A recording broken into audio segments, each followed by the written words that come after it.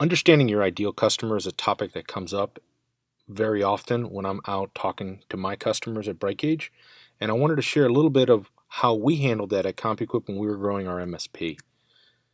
So, first, I always like to put a little context to my history and my experience and where I'm coming from. And when I started my MSP, it's a family business. My father gave us 8 employees and about 800,000 in revenue, and said, there's a huge opportunity here. Let's grow it, and then we'll figure out what we do at the end, whether we sell it or whether we continue to grow it from there. And that's the dream, up and to the right. Well, it turns out that the path that I took was pretty much a roller coaster. And over the 5 years, we grew a lot. We grew from 800,000 revenue to over 8.8 million. That's a 10x growth, over 10x growth in a 5-year window. And as we grew so rapidly, one of the things that was important to us that we realized probably about a third of the way through is we had to make sure that we were doing business with the right customer. And how could we understand what were the right customers? So let's talk about where we ended up, and then we'll work backwards to how we got there. So let's talk about Compuquip's 3 ideal customers. The first were banks. Banks, if you think about it, and you got to take a step back and consider the objective factors that describe each of your customers. So banks as a whole, they always have security concerns. They are very much around making sure the people they do business with have a good reputation, because they cannot be in a position where they can't provide service to their clientele, where they're going to be down. So it forces them to make sure that they're looking for someone that's established and someone that really understands how the banking world works. They're also required to do IT audits, and any company that does an IT audit is by default already making a big investment in their IT. And so we did have a history in banking, but these are just some of the things that helped us understand that why banks were such good clients for us, and we continue to build out that practice. Another one for us, this is extremely eye-opening, was SMB services firms.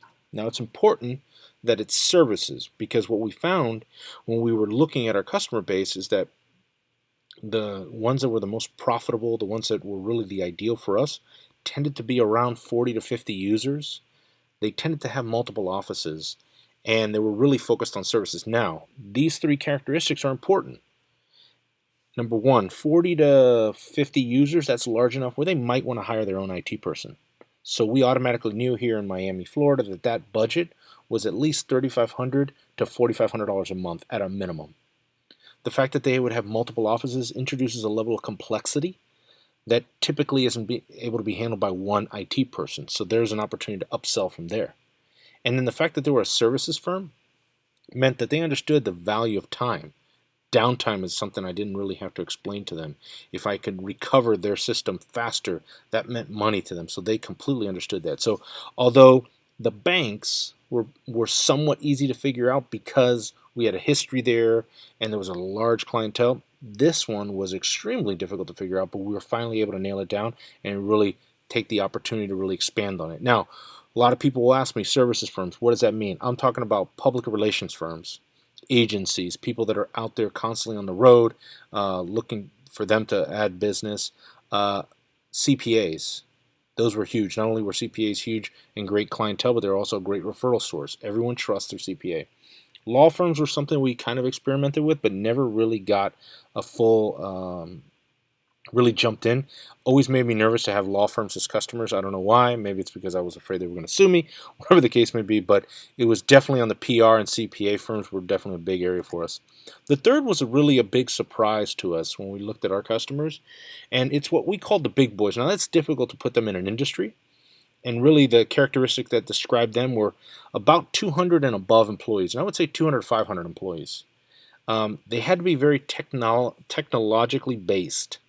So they had to believe in technology. They had to leverage technology regularly. They had to really support the technology for investments and growth and all that stuff. And they really needed a lot of flexibility. So the types of services we offered them were really a lot of high-end project work. They didn't have the expertise in-house to be able to do the work themselves, so they're constantly reaching out to us. We also offered our team as kind of a staff augmentation where, hey, sure, you need a level 3 Cisco expert or a high-end VMware guy for a month-long project. Sure, we'll send him to you.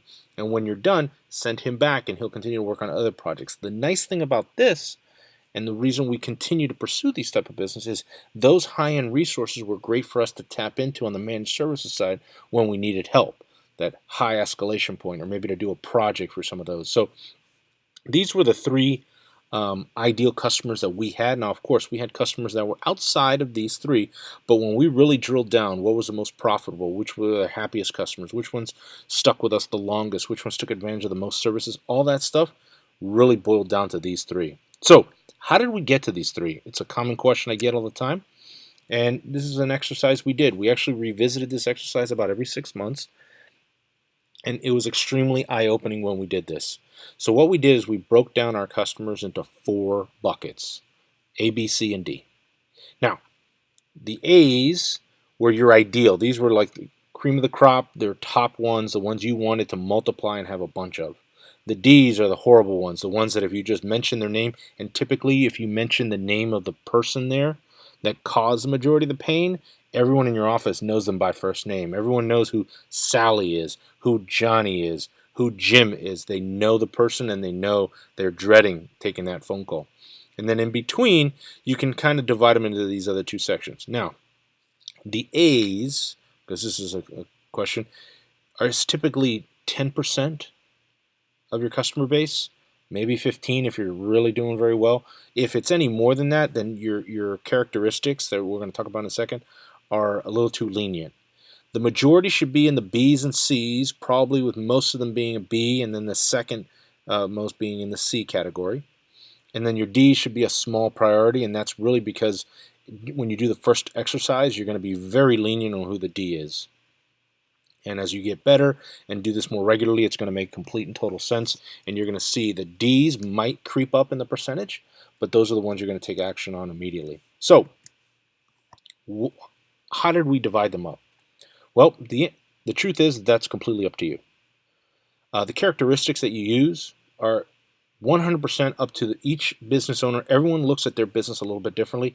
The important thing is that you have objective characteristics for each, and that you make sure that everyone is ranked appropriately across. So, a couple of things that we used to do. Some of the financial ones. How much total revenue does this customer bring in? It's a great way. Maybe you say, hey, my customers that are over $10,000 a month, that's going to be an A category. And 5 to 10,000, that's going to be a B category. And 2,500 to 5, that's going to be a C. And anything under 2,500 is going to be a D. And then look at profit. So how much profit are you making on them? Because a lot of times some of your larger customers aren't making as much profit. Then you're kind of middle of the road, and then you're typically losing money on your bottom end. And what we found after doing this exercise is really the middle was our sweet spot. So let me give you numbers to put it in perspective. Our average contract size was $7,500 a month. Our median was $4,400 a month, which meant that we had a lot of big customers pushing the average up. So we had a $51,000 a month customer, we had a $39,000 a month customer, we had like a 28, and then something else in the 20s, and I think then it was in the high teens, and then it kind of dropped to 10,000. What we ended up finding out is that really our sweet spot was between 6,500 and about 9,500. That was the zone that was our ideal. It's tough to admit that because we had these 50,000, 30,000, all these big customers, but really what we found was that middle zone was ideal for us. So definitely make sure you look at the characteristics, rank them all appropriately, and obviously after you rank everyone, you can kind of adjust the characteristics if you see that they're too far weighted. That's why I wanted to mention the percentages, that an A, you're probably going to want to be in a particular zone, like 10 to 15%. Now, one of the other common questions that people ask is, do we change the zones? Do we change the ranking of the characteristics? Absolutely. As you do your first one, you might want to throw out your categories or the characteristics and the thresholds for each, and you might have like the A's be more of a goal, what you want to work towards. But once you see the distribution, then you can adjust it, and as you get through this and get more sophisticated, you can start moving the thresholds up so that everyone's getting better, which is phenomenal experience. Types of services. So, that's another great characteristic. Like maybe someone that is all you can eat, takes advantage of every line of business. Those are your ideal. Maybe someone that just does server monitoring and only calls you for projects here and there. Maybe that's a different type. Referrals. So CPAs were a great referral source for us, but maybe you have a couple customers that you don't make as much money on, but because they're constantly out there talking about what a great service you have, that's definitely a characteristic that you want to move them up in the group. Perception amongst the team and personality of the client. It's basically your team already knows which ones are your PITAs, your pain in the ass customers, and they don't want to deal with them. So if the perception among your team is that they are a real huge pain, but they're a huge referral source and you're making a ton of profit, well, it's probably worth your time to work with your team to let them know, hey, we got to take care of these folks. But if they are a huge pain, if you're not making a lot of money and they're not a great referral source, probably someone you're going to want to put in the D category. Payments, history, huge characteristic. Are they paying you on time? Are you spending a lot of time chasing them down? That really also gives you a hint in what they see in value as a partner, because everyone pretty much pays their bills usually on time, especially if they feel the service is important and they don't want to lose it or jeopardize it. And then, of course, there's always some soft benefits. The largest bank in town, the largest insurance company, or this is the logo that the stadium is named after. Let's go after it and get it. We did a particular deal that just allowed us to get a partnership in with IBM and prove that concept. Not a great profitable deal, but it definitely made it when I ranked it and moved it up because it was that important. So come up with your characteristics, whatever they are. Maybe it's marketing, maybe it's what they attend your events, they read your newsletter, however they're engaged, customer satisfaction. I mean, all of those things. Take a look at them, rank them out, and then as you put them into each group, here's what we did with each of the groups. So we got 4 groups. The group A, try to figure out what are the top 2 or 3 themes from that list. So for us, I'll use the example, which was very eye-opening, about the professional services firms. What were the themes? We uncovered there 40 to 50 employees.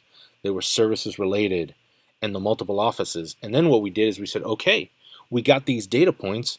Where do their friends hang out? Where are the other CPA firms that are 40 to 50 employees with multiple offices? Where are the other PR firms that really understand the value of downtime and I want to go chase them? Talk to your customers. Find out where they hang out. Maybe there's an industry conference. Go speak at that industry conference. Do it for free. Don't charge anything. Go out there, educate people on why technology is important. B, what qualities are they missing from being in Group A? What are the little things? Is it not enough profit? Can you add something else that you can sell to them? Maybe they're not taking advantage of your hardware that you're providing because they buy from CDW or something like that. Well, can you offer them some kind of campaign that'll help them move towards you? Are they not paying on time? Can you put them on ACH and kind of move the needle a bit to get them from that B up into the A? That's where you're going to spend the majority of your time, because once you figure out the A's, you're just going to want to go figure out where the others hang out, and that's more of a sales and marketing thing. The B's is more of an operational thing. How do I get B's to become A's? Group C. Now this can be a hefty chunk of your group. The first question to ask is, do they bring in enough incremental margin that you want to keep doing business? So everyone, the term incremental margin, what I mean is a lot of people will look at their clients and say, hey, on average, I'm only making $50 an hour for this customer, and that's not nearly enough money. So you know what? Let me go ahead and fire that customer. The challenge with that is, what if they're spending $5,000 a month with you, and it's only costing you a little bit to support them? If you look at the overall incremental value, incremental margin that they're bringing in, it could be a huge number. Yes, you're spending a lot of hours, but if you got rid of that customer, would you get rid of an employee? Probably not. So it's going to make a huge impact to your profit. So make sure that the C's, they're bringing you enough incremental value, even if you're spending a lot of time on them. But if you got rid of them, are you going to be able to cut your costs? If not, then make sure that it's enough of a number that it's meaningful, that you want to continue to try to get them from C to B. Maybe they don't. Maybe they're reactive clients, and they're not yet into the managed services. Well, can they buy block time instead of being just purely reactive? Maybe they're the type of client that they only want server management. They don't want anything else, or they don't want your help desk. They only want level 2, something that doesn't kind of fit. How can you put a package in place to make it worth their while to move them from a C to a B. The last one, Group D, you got to fire them. This should be a pretty small number of folks. And I know it's easier said than done. Hey, just go fire customers. And I was never one that could just run this list and say, oh, these 6 customers, I'm going to go and fire them right now. What I mean by firing them, I mean you put hurdles in place that they either need to move to a C or they're going to naturally leave. So, for example, maybe they're only spending $500 a month. Okay? Go out there and announce that, hey, in 90 days, our minimum fee has moved to $1,500 a month. You can either move or no problem, we'll cancel that contract. If they're only reactive services that they do and no on-site, hey, that's not a problem. For reactive services, you have to prepay an entire year for us to go out and do a service call. Oh, you don't want that? Okay, goodbye, Mr. Customer. Or maybe they end up spending the money. You'd be surprised on what people are willing to do. So that's it in a quick nutshell.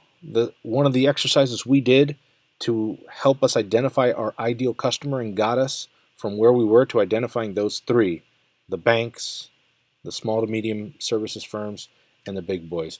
I hope you enjoyed it. Let's definitely keep the conversation going. Here's where you can find me. Shoot me an email, or you can find me on social media. I'd be more than happy to connect with you. And if you have any questions, feel free to reach out.